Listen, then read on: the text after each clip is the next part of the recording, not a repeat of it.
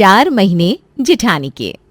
शादी ब्याह के घर में अगर पूरा खानदान इकट्ठा हुआ हो तो बात एक ही चीज की होती है, अगली शादी ब्याह की। और ऐसे ही अपने भाभी के बेटे की ओर देखकर वृंदा कहती है, गोद में था वरुण जब मेरी शादी हुई थी। मेरी शादी को ही 30 साल हो गए भाभी। अब वरुण की भी शादी कर दो। मेरे तो दोनों बच्चे आपके बच्चों से छोटे हैं, पर वक्त रहते लड़का देखकर अपने घर की कर दिया मैंने अपनी बेटी को, और बहू भी ले आई।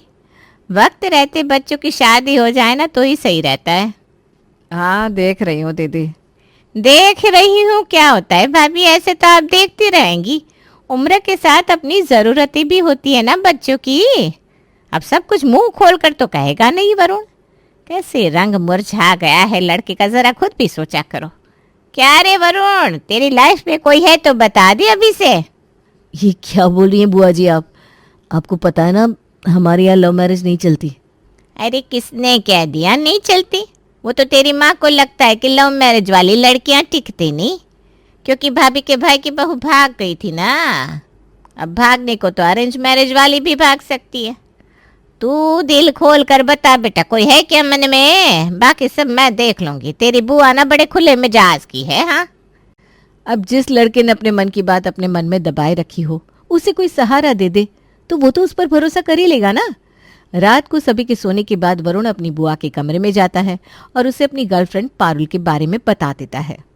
गले लग जा मेरे जिगर के टुकड़े। हाय, तेरी बुआ पर ही गया है तू। भले आया भाभी के पेट से, पर हरकतें पूरी मेरी ही है तुझ में। जवानी में मेरा भी बॉयफ्रेंड था, कईयों के प्यार में पड़ी थी मैं, पर तेरे दादाजी ना बड़े स्ट्रिक्ट थे, वरना मेरी भी ना लव मैरिज ही होती। अरे बाकी तो फिक्र मत कर, तेरी लव मैरिज करवाने की गारंटी मेरी। कल ही भैया से बात कर लेती हूँ।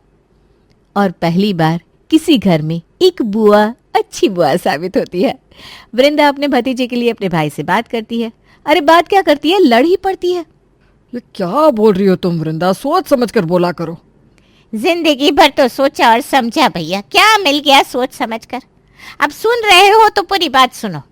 तुम्हारी भांजी यानी कि मेरी बेटी की शादी हुई, जिसमें तुम उछल उछल के नाच रहे थे ना, वो लव मैरिज थी। बस लोगों को पता ना चले तो हमने कार्ड में लड़के का सरनेम बदल दिया। अब बताइए दुखी है क्या प्रिया? लव मैरिज में लड़का लड़की पहले से एक दूसरे को जानते हैं, तो लड़की ज्यादा चीजों को समझती है और घर को साथ लेकर चलती है। और मान लो तुमने अपने मन की लड़की से वरुण की शादी करवा दी, और फिर भी इसके दिमाग से इसकी गर्लफ्रेंड निकली नहीं, तो ऐसे तो 3 घर बर्बाद हो जाएंगे कि नहीं? प्रिया की लव मैरिज हुई है? तूने तो इस बारे में हमें बताया ही नहीं। अरे क्या बता दी भैया, तुम अपने बेटे की लव मैरिज नहीं करवाने को तैयार, तो मेरी बेटी की लव मैरिज होने देते क्या? पूजा भी कब तक ही अकेले रसोई संभालेगी? उसे भी तो लगता होगा देवर की शादी हो जाए। ऐसे पता है क्या होता है, भाभीियों को ना देवर खटकने लग जाते हैं। मेरा देवर मुझे कभी नहीं खटकेगा बुआ जी।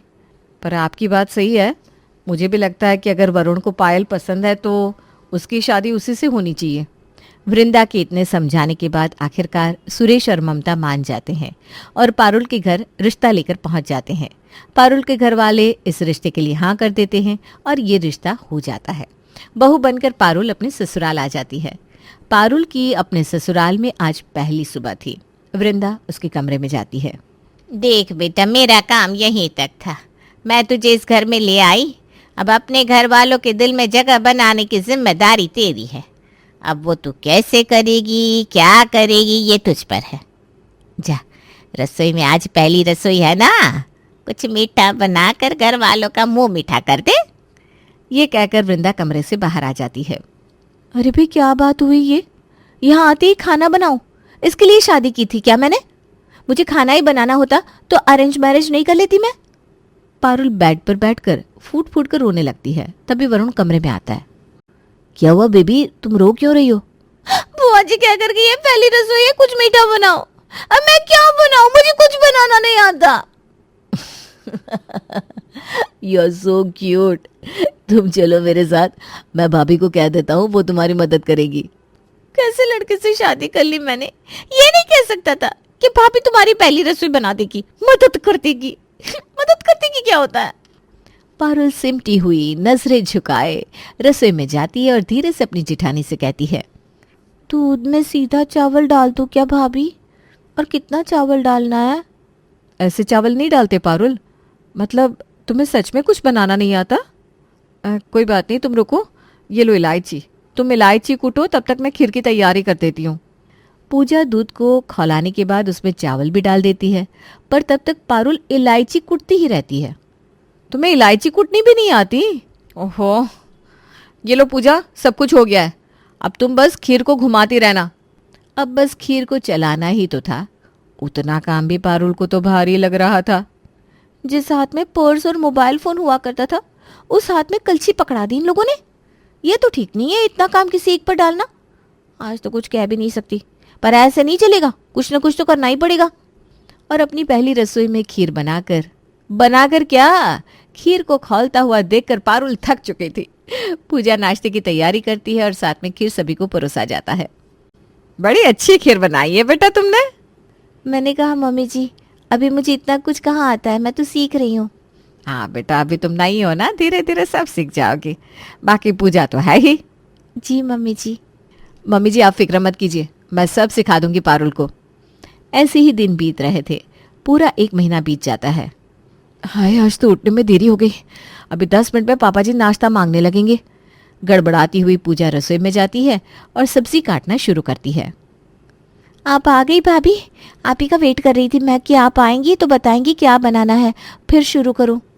1 महीना हो गया तुम्हें, पर अभी भी मेरी ही वेट करोगी? आटा तो लगा लेती, सब्जियां तो काट लेती। अच्छा छोड़ो, मैं सब्जी बना रही हूँ, तुम जल्दी से आटा लगा लो। जी भाभी, अभी करती हूँ। पूजा सब्जियां काटकर उन्हें बनाने भी चढ़ा देती है, पर तब तक पारुल आटा ही लगाती रहती है और ऐसा गीला आटा लगाती है जिससे रोटियां ही ना बन सके। रोज रोज वही चीज पारुल, तुमने फिर इतना गीला आटा लगा दिया है। अब इसमें और सूखा आटा मिलाना पड़ेगा, तब जाकर ये ठीक होगा। पर ऐसा करने से आटे की क्वांटिटी बहुत ज्यादा हो जाएगी। इतनी रोटियां खाएगा कौन? और इस घर में पहले से गूंथे आटे की कोई रोटियां खाएगा ही नहीं, पूरा आटा बर्बाद जाएगा। अब गीले आटे की रोटियां सेकनी पड़ेगी मुझे। ऐसे भी कितनी देर हो रही है। एक तरफ पूजा रोटियां बनाती है तो दूसरी तरफ सब्जी, और ऐसे होती है नाश्ते की तैयारी खाने के टेबल पर। आज रोटी जरा अजीब लग रही है ना पूजा? तुझे भी लग रही है? मुझे लगा कि सिर्फ मुझे ही लग रही है, क्योंकि आटा पारुल ने लगाया था ना मम्मी जी। इतना गीला आटा था कि रोटियां बेल ही नहीं रही थी। कैसे कैसे बेल कर सेका है मैंने। अरे तो आए हुए दिन ही कितने हुए हैं, बेचारी को सीख जाएगी धीरे धीरे। जेठानी का हाथ तो है ही सर पर, सिखाती रहो। रात के खाने के वक्त 7 बज गए। कहाँ चली गई पारुल? कितनी बार बोला इसे 7 बजते बजते किचन में आ जाया करो, पर नहीं। पूजा पारुल को ढूंढती हुई इसके कमरे में जाती है, जहां वो पैर पर पैर चढ़ाए आराम से फोन चला रही थी। टाइम क्या हो रहा है पारुल? 7 बज गए हैं भाभी। क्यों? 7 बज गए तो आज तुम्हें सब्जी बनानी थी, सिखाया था ना मैंने। तो चलो सब्जी बनाओ। ये तो भाभी ने हद ही कर दी है। काम निकलवा कर ही मानेंगे क्या मुझसे? पर मैं भी पागल नहीं हूं कि इतनी जल्दी काम सीख जाऊंगी। और किचन में पारुल जाकर तरी की ऐसी सब्जी बनाती है कि सब्जी में आलू टमाटर 2 थे और तरी ही तरी थी। OMG, ये क्या हो गया भाभी मुझसे? मुझे तो अंदाजा ही नहीं है कि पानी कितना डाला जाता है गीली सब्जी में। ये तो खराब हो गई। इसीलिए ना मैं कहती हूँ आप ही बना लिया करो सब्जी, मैं कुछ और कर देती हूँ। और अब से खाना बनाने के नाम पर घूम फिर कर पारुल मटर लेकर छिलने बैठ जाती और 2-3 घंटे तक मटर ही छिलती रहती। इसी तरह 4 महीने बीत जाते हैं। पारुल, बुआ जी का फोन आया था, वो आने वाली है, तो आज रसोई का काम तुम देख लेना। वो क्या ना, मेरे पेट में बहुत दर्द है, मैं कमर सीधी करने जा रही हूँ। बुआ जी आ रही है तो फूफा जी भी आएंगी और भैया भी। ओहो, मैं कैसे किचन संभालूं भाभी? मुझे तो रसोई छूनी ही नहीं है आज। ये क्या बात हुई? फिर से रसोई नहीं छूनी? जब भी मेहमान आते हैं तुम्हें ये प्रॉब्लम हो जाती है। डेट तो था ही नहीं अभी तुम्हारा। इस पर मेरा बस है क्या भाभी? इस बार जल्दी आ गए पीरियड्स, तो मैं क्या करूं? पूजा गुस्से में अपनी सास के पास जाती है और कहती है, ये क्या बात हुई मम्मी जी? आए दिन एक नया ड्रामा शुरू कर देती है पारुल। जब भी कोई मेहमान आने वाले हो, पारुल कह देती है उसे रसोई नहीं छूनी। हमारे घर में तो ऐसा कोई नियम है ही नहीं। हम तो मासिक धर्म में भी किचन में जाते ही हैं। अब वो अपने मायके के नियम यहाँ मनाएगी तो फिर हो गया। देवरानी के आने के बाद ऐसा एक दिन नहीं हुआ कि मुझे रसोई से छुट्टी मिली हो। अरे बहू, उससे बड़ी है तो बड़ों को जरा एडजस्ट करना ही पड़ता है। 4 महीने हो गए उसे आए मम्मी जी। मेरी शादी को कोई 5-6 साल नहीं हो गए। 1.5 साल पहले आई थी मैं। आते ही सब संभाल लिया था ना मैंने। अब और बर्दाश्त नहीं करने वाली मैं मम्मी जी। और रात के खाने पर अपनी बुआ सास के सामने पूजा इस बात को छेड़ देती है जो कि सभी को बड़ी खटकती है। मुझे पता है आप सबको मेरी बात गलत लग रही है, पर जब तक माँ भी बच्चे का हाथ नहीं छोड़ती ना, वो चलना नहीं सीखता। अगर हमेशा मैं ही रसोई की हेड बनी रहूंगी तो बेचारी पारुल कभी खाना बनाना सीख ही नहीं पाएगी। इसलिए ना मेरे हिसाब से रसोई अब आधी आधी हो जानी चाहिए। पारुल अपना खाना देखे और मैं अपना, और पापा जी और मम्मी जी का खाना बनाने में मुझे कोई प्रॉब्लम नहीं है। तुम्हें समझ में भी आ रहा है पूजा तुम क्या बोल रही हो? पहले क्या थी तुम और अब क्या होती जा रही हो? और ये बात तुमने छेड़ी भी कब? जब वरुण घर पर नहीं है। कल जब वो आएगा तो मैं उससे आंख कैसे मिलाऊंगा? ये बेकार की बात है, अपनी सहेलियों से सीख कर आई हो क्या बहू? घर के बटने से तो रसोई का बटना बेहतर है भैया। आज अकेली चुपचाप पूजा सारा काम करती रहेगी तो एक दिन उसके भी सहने का बांध टूट जाएगा। और अगली सुबह से बढ़ जाती है ममता की बहुओं की रसोई, जहां एक तरफ पूजा 8 बजते बजते पूरा खाना तैयार कर लेती है, वहां पर पारुल अभी तक बस आटा ही लगा रही थी। मेरा तो नाश्ता बन गया, अब सभी को जल्दी से खिला देती हूँ। यहाँ पूजा अपने सास ससुर और पति को खाना परोसती है। वहाँ पारुल अपने पति को और पारुल की बनी रोटियां खाकर वरुण के तो तोते उड़ जाते हैं। ये क्या पत्थर से रोटी बना दी तुमने पारुल? और ये सब्जी, लगता है सब्जी में किसी ने 2 बोतल पानी डाल दिया हो। काम पर निकलना है मुझे और तुम मूड खराब कर रही हो। ऑटो, भाभी ने क्या बनाया? मैं तो भाभी के पास खाऊंगा। मैंने आलू गोभी की सूखी सब्जी, गाजर का हलवा और पराठे बनाए हैं वरुण, अभी लाती हूँ। ये देखो, सीखो कुछ भाभी से। तुम्हारे बाद रसोई में गई थी और इतना कुछ बना लिया, और तुम हो जो सुबह से ये बना पाई हो। इतने महीने में क्या सीख पाई तुम पारुल? अच्छा वो तुम जॉब नहीं कर रही हो, वरना लेट लर्नर कहकर बॉस तुम्हें नौकरी से ही निकाल देता। और सभी के सामने आज वरुण पूजा की तारीफ कर अपनी बीवी को 2 बातें सुना देता है। ऐसे ही दिन बीत रहे थे। अब वरुण तो पारुल के पास खाना चाहता ही नहीं था, क्योंकि वो खाना ऐसा बनाती थी जिसे निगल भी ना सके। और रात को वरुण राशन वाले के साथ अपने घर लौटता है। रसोई में जाते ही पहली वाली जो साइड है ना, उस तरफ राशन रखिएगा भैया। और ये रहा आपका हिसाब, 4000 रुपये। मेरे हिस्से में तो पिछली वाली साइड है वरुण, तो आप आगे राशन क्यों रखवा रहे हैं? हमारा तो आटा भी खत्म हो गया है, पराठे कैसे बनेंगे? वो जले हुए पराठे खाने के लिए आटा मंगवाऊंगा क्या मैं? खाते ही कहाँ हूँ मैं तुम्हारे पास, खिलाती तो भाभी है। इसलिए ऑफिस में बार बार फोन करके मुझे ये मत पूछा करो क्या बनाना है क्या नहीं, क्योंकि तुमसे कुछ भी नहीं बनने वाला। भाभी बनाती है तो भाभी के यहाँ मंगवा दिया राशन। तो बताओ भाभी क्या बनाया आज? आज देवर जी सुबह नूडल्स खाने की बात कर रहे थे आप, तो इसलिए आपके लिए मैंने चाउमीन बनाया है। मानना पड़ेगा बहू, सभी के पसंद नापसंद का खूब ध्यान रखती हो तुम। वैसे आपके लिए खीर भी बनाई है पापा जी मैंने, आपको पसंद है ना? और फिर से सभी के सामने पारुल की इंसल्ट हो जाती है। रोते रोते वो अपने कमरे में जाती है और अपनी भाभी को कॉल लगाती है। लगता है जीजा जी से वक्त ही नहीं मिलता आपको। शादी के बाद तो आप पूरी तरह अपनी भाभी को भूल गई दीदी।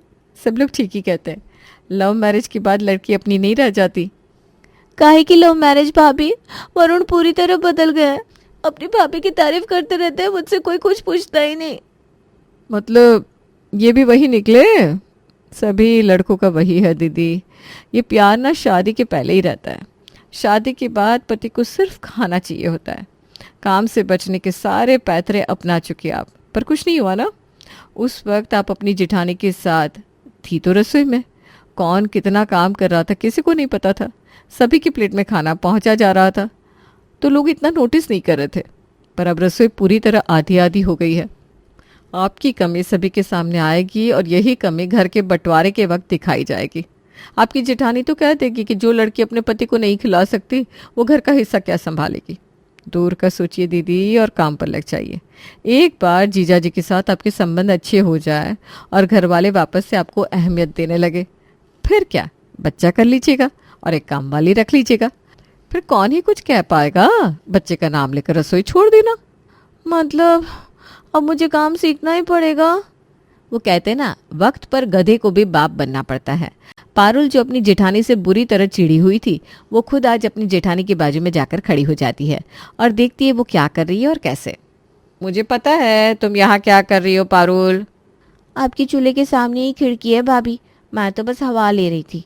अच्छा, हवा ले रही थी। मुझे लगा तुम्हें देखना है कि मैं खाना कैसे बनाती हूँ। अगर देखना चाहती हो तो मैं अच्छे से समझा दूंगी, पर कोई बात नहीं। नहीं, मेरा मतलब है अगर आपके पास वक्त हो तो आप सिखा सकती हैं मुझे। तो जैसे जैसे जो मैं कर रही हूँ ना, वही चीज़ तुम अपने गैस पर करो। और आज पहली बार पूरे मन से पारुल पूजा की देखा देखी अच्छी तरह खाना बनाती है। देखने में तो खाना ठीक लग रहा है भाभी, पर इतना अच्छा नहीं बना। इस खाने को तो वरुण खाएंगे नहीं। तुम्हारे बनाए खाने को मैं खा लूंगी, कोई बात नहीं, पर हिम्मत मत हारो और अगली बार फिर से ट्राई करना। हाँ। पारुल खुद के बने खाने को नहीं खा पाती, पर पूजा उसके बने खाने को प्यार से खा लेती है। इसी तरह कुछ और दिन बीतते हैं और पारुल पूरी तरह खाना बनाना सीख लेती है। तो आज मेरी देवरानी हम सबको खाना खिलाएगी, क्योंकि आज पूजा पूरी तरह से खाना बनाना सीख गई है। और हाँ मम्मी जी, अब से हमारी रसोई अलग अलग रखने की कोई ज़रूरत नहीं है। ये सब मैंने इसलिए किया कि पारुल खाना बनाना सीख जाए, ताकि जिस दिन मैं यहाँ उसकी मदद के लिए ना रहूँ, उससे और आप सबको तकलीफ ना हो। पारुल को भी समझ में आ गया था कि उसकी जेठानी ये सब क्यों कर रही थी। वो जाकर अपनी जेठानी के गले लग जाती है और रसोई फिर से एक हो जाती है।